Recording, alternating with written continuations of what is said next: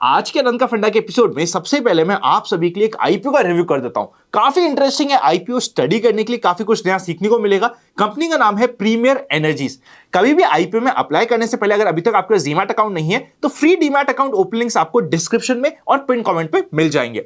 Starting में कर देता हूं उन लोगों के लिए जिनको सबसे ज्यादा इंटरेस्ट आता है ग्रे मार्केट प्रीमियम में। एज पर सोर्सेस इस कंप्लीट आईपीओ में प्राइस होने वाला है 450 रुपीज का और ग्रे मार्केट प्रीमियम चल रहा है 240 का। स्टार्ट हुआ था 180 रुपीज से, पर आज के दिन जिस समय मैं ये वीडियो शूट कर रहा हूं इवन 200-250 रुपए तक भी यहां पे डील हो रही है। मतलब रिटेल कैटेगरी में अगर आपको एक लॉट का इलेक्ट्रॉन मिल जाता है तो 6000 के प्रॉफिट की एक्सपेक्टेशंस और एचएनआई कैटेगरी में 80,000 रुपए की प्रॉफिट की एक्सपेक्टेशंस बनती जा रही है।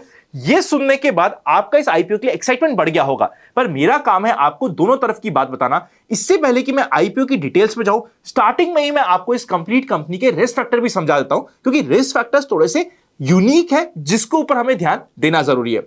आप में से कुछ लोग बोलोगे अनंत आप डिटेल्स बता दो, डिटेल्स हम बाद में डिस्कस करेंगे, पर पहले रिस्क फैक्टर सुन लीजिए, क्योंकि आपका एक्साइटमेंट को थोड़ा सा कूल डाउन करना ताकि आप प्रॉपर्ली इस आईपीओ को स्टडी भी करो, इसलिए मुझे बताना जरूरी है।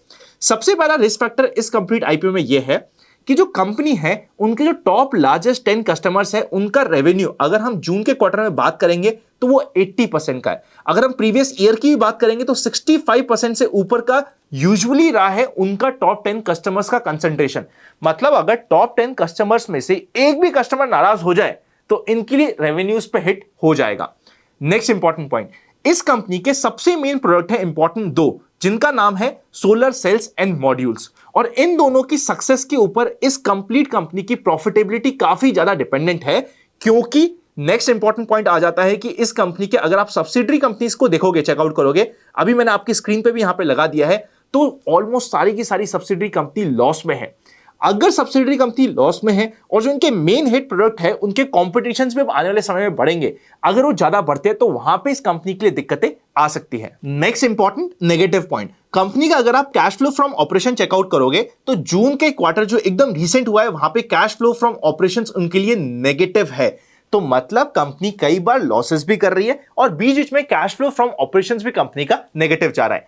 आई होप अब आप थोड़ा सा न्यूट्रलाइज हो चुके होंगे। अब एकदम बेसिक से कंपनी के बारे में बात करते हैं और जैसे हम यूजुअल डिस्कशन करते हैं उसकी तरफ जाते हैं। 1995 में कंपनी इनकॉर्पोरेट हुई थी। सोलर सेल्स सोलर पैनल से कंपनी मेन काम करती है। यह सेगमेंट ऑब्वियसली अभी आज के दिन सरकार के भी फोकस में है, आम आदमी के भी फोकस में है। हर किसी को लग रहा है कि यह सेक्टर ऑफ द डेकेड हो सकता है। आईपीओ के ओपनिंग की डेट्स की बात करें तो नेक्स्ट वीक ट्यूसडे से यानी कि 27 अगस्त से आईपीओ ओपन होगा, 29 तक ओपन रहेगा। 30 को अलॉटमेंट डिसाइड हो जाएगा। 2 सितंबर को या तो आपको शेयर्स मिल जाएंगे, नहीं तो पैसे मिल जाएंगे। लिस्टिंग डेट है टेंटेटिवली 3 सितंबर। रिसेंटली मैंने आपसे पूछा था कि क्या आपकी जो बैंक है वो टाइम से आपके पैसे रिलीज कर देती है या नहीं कर देती। यूजुअली मैंने देखा कि काफी सारी बैंकें, स्पेशली जो छोटी बैंक है, वहां पे दिक्कतें आ रही है। कई छोटी बैंकों में इवन जैसे फॉर एग्जांपल मैंने मेरा पर्सनल एग्जांपल ले रहा हूं, मैंने रिसेंटली लास्ट एसएमई आईपीओ में अप्लाई किया था येस बैंक के थ्रू, बड़ी एप्लीकेशन एच9 की एप्लीकेशन एसएमई आईपीओ में अप्लाई नहीं हुई, रिजेक्ट हो गई। कोई इंटरनल ग्लिच पता नहीं क्या तो भी तो उनका सर्वर का इशू है, पर वो रिजेक्ट हो गई। तो काफी सारी बैंकों में ऐसी दिक्कत आ रही है, पर जिन बैंकों में दिक्कत नहीं आ रही, आप ही के कमेंट्स के बेसिस पे मुझे पता चला एचडीएफसी इज गुड, एसबीआई और आईसीआईसीआई इन तीनों में यूजुअली ज्यादा कोई दिक्कत नहीं आई है, ऐसा मुझे कमेंट्स के थ्रू पता चला। क्या आप भी इस कमेंट से अग्री करते? कमेंट करके बता दीजिएगा, ताकि अगर मुझे कुछ अपडेशन करने की जरूरत है तो मैं अपडेटेड इंफॉर्मेशन वापस से आपके साथ शेयर कर दूंगा। स्लॉट साइज की बात करें तो रिटेल कैटेगरी में 33 शेयर्स का एक लॉट है 14,850 रुपीज का। एचएनआई कैटेगरी में 2 लाख के ऊपर की एप्लीकेशन हो जाती है। एचएनआई स्मॉल में 14 लॉट्स के लिए, एचएनआई बिग में 68 लॉट्स के लिए अप्लाई करना पड़ेगा। आईपीओ का साइज बहुत अच्छा है, मतलब अलॉटमेंट यहां पे काफी हाई चांसेस होंगे मिलने के। 2830 करोड़ का आईपीओ का साइज है। 1291 करोड़ का है फ्रेश इशू, बैलेंस है ओएफएस। बड़ी साइज का आईपीओ, अच्छा ग्रे मार्केट प्रीमियम, फाइनेंशियल्स और आगे डिटेल हम डिस्कस कर लेते हैं, पर यह आईपीओ आपके लिए काफी इंपॉर्टेंट हो सकता है। क्यूआईबी के लिए 50%, रिटेल के लिए 35%, अगेन अच्छा कोटा है, और एचएनआई कैटेगरी के लिए है 15% का कोटा। फाइनेंशियल्स में नजर डालेंगे तो टोटल एसेट्स अच्छी रेट से ग्रो हो रहे हैं, ऑलमोस्ट 3 गुना हो गए रफली पिछले 4 सालों में, विच इज गुड। रेवेन्यू की बात करेंगे तो 2023 वर्सेस 2024 में रेवेन्यू ऑलमोस्ट डबल हुआ है। 1500 करोड़ से 3000 करोड़ क्रॉस किया है, पॉजिटिव है। प्रॉफिट आफ्टर टैक्स 22-23 में लॉस था, 24 में प्रॉफिटेबल हुआ 230 करोड़ में, और अगर हम अभी बात करेंगे 30 जून 2024 तक वापस से प्रॉफिट आया। और ये प्रॉफिट का सबसे मेन कारण है इसी कंपनी के 2 मेन स्टार प्रोडक्ट जो हमने ऑलरेडी सोलर रिलेटेड डिस्कस कर लिया है। कंपनी पहले भी लॉस में गई है, आगे भी लॉस में कई बार ऊपर नीचे इसके फाइनेंशियल्स में हो सकता है, ये आपको मानना पड़ेगा। बोरोइंग्स भी बहुत ज्यादा है, 1200 करोड़ की बोरोइंग है। डेट टू इक्विटी रेशियो 1.86 का है, जो वापस से एक पॉइंट ऑफ कंसर्न हो जाता है। रिटर्न ऑन इक्विटी फैंटास्टिक 43% का। कैपिटल एम्प्लॉयड 25% का फैंटास्टिक फिगर। ईपीएस है 17.58 का, थम्स अप। पी रेशियो है 25 का। देखो प्री आईपीओ तो बहुत ज्यादा है, पर पोस्ट आईपीओ 25-26 का पी रेशियो हमारे सामने आ रहा है। ऑब्जेक्ट क्या है कंप्लीट आईपीओ का? ये इन्वेस्टमेंट करना चाहते हैं अपने सब्सिडरीज में। अभी तक इनकी सब्सिडरीज में इन्वेस्टमेंट या सब्सिडरीज पैसा देने नहीं लगाया, उधर लॉस ही हो रहा है, पर अभी भी ये सब्सिडरीज में इन्वेस्टमेंट करना चाहते हैं and general corporate purposes. I am personally shocked to see कि ये कंप्लीट जितना भी पैसा रेस कर रहे हैं उससे डेट कुछ भी रीपे नहीं कर रहे हैं। आई वाज एक्सपेक्टिंग कि शायद डेट रीपे कर जाएंगे। फाइनली अगर हम इस कंप्लीट आईपीओ के कॉम्पिटिटर्स की बात करें तो सबसे मेन कॉम्पिटिटर इनके सामने आता है वेबसोल एनर्जी सिस्टम्स, जिसका अभी आज के दिन लॉस चल रहा है, तो ऐसा हम डायरेक्टली कंपेयर नहीं कर पाएंगे। ओवरऑल फाइनल वर्डिक्ट मेरा ये होता है कि एक ऐसा आईपीओ है जिसको मैं पर्सनली स्टडी करने वाला हूं। एंकर बुक के ऊपर मेरा सबसे ज्यादा ध्यान रहेगा। फाइनेंशियल्स पिछले 2 साल में बहुत अमेजिंग रहे। वैल्यूएशन जो आपको भी दिख रहा है 25-26, उसका मेन कारण यह है कि जो अभी रिसेंट के 1.5 साल रहे वो कंपनी के लिए बहुत अच्छे रहे, वरना आपको वैल्यूएशन इसमें बहुत एक्सेस लगता। वैल्यूएशन में मैं अभी मानूंगा कि थोड़ा सा स्कोप दे सकते थे, स्पेशली बिकॉज मेजॉरिटी इसमें ओएफएस है, पर ओवरऑल एक अच्छे फाइनेंशियल्स के साथ हमारे सामने कंपनी आ रही है, जिसको मैं पर्सनली एक्साइटमेंट के साथ स्टडी करने वाला हूं। आप अपने ओपिनियन को कमेंट में डाल के बता दीजिएगा। अब हम चलते हैं अपने नेक्स्ट पार्ट पे, जिसका नाम एक्सपेक्टेशंस फ्रॉम टुमारोज मार्केट। अगर आप उससे पहले चाहते हैं कि हमारी टीम आपके लिए म्यूचुअल फंड्स को प्रॉपर्ली मैनेज करे, आपके बिहाफ में म्यूचुअल फंड्स के मैनेजमेंट और डिस्ट्रीब्यूशन का काम करे, आपको पिन कमेंट पे एक लिंक मिल जाएगा, उसमें एक बार हाई भेज दीजिएगा। हमारी team within a week आपसे शेड्यूल करवा लेगी आपका टाइम। पुट कॉल रेशियो 1 के आसपास कंफर्टेबल है। एफआईज रेगुलरली सेल कर रहे हैं, पर उससे बढ़ चढ़ के रेगुलरली बाय कर रहे हैं डीआईआईज। अभी आप देखोगे इस वीक में पूरे वीक मार्केट ने पॉजिटिव क्लोज हुआ है, चाहे थोड़ा सा क्लोज हुआ, कंफ्यूजन दिखे क्लोज हुआ, पर ओवरऑल मार्केट ने ठीक परफॉर्म करा है और धीरे धीरे परफॉर्म किया है। रफली 5 दिन हो गए हैं। अगर इस 5 दिन का रिवर्सल आना है, आप में से काफी लोगों को पता है 7वां दिन इंपॉर्टेंट रहता है, यानी कि नेक्स्ट मंडे आपको मार्केट में थोड़ा कॉशियसनेस के साथ काम करना पड़ेगा, क्योंकि या तो कल सेकेंड हाफ, नहीं तो मंडे मार्केट के हल्के फुल्के रिवर्सल का दिन हो सकता है। इसको बैक ऑफ द माइंड रख लीजिएगा।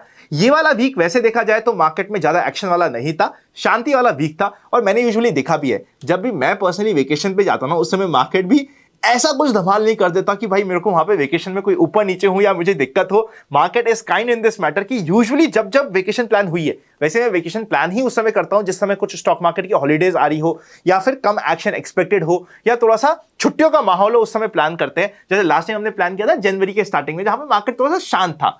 अभी अपन देखेंगे तो मार्केट वापस से शांत है, एक छोटी सी रेंज में काम हो गया। इसलिए मैंने आपको कहा है, पिछले 1.5 महीने से कह रहा हूं, अगर आप ऑप्शन सेलिंग करते हो तो आपके लिए अच्छा समय है। ऑप्शन सेलर्स को इस साल में अप्रैल में जून में अच्छी मार पड़ी है, अब उनको फाइनली रिवॉर्ड का समय आया है। तो अगर आप ऑप्शन सेलर हो तो ये आपके लिए शायद समय हो सकता है। यहां पे देखोगे मार्केट एकदम एक छोटी सी रेंज में काम किया, कुछ भी यहां पे नहीं कर सकते थे।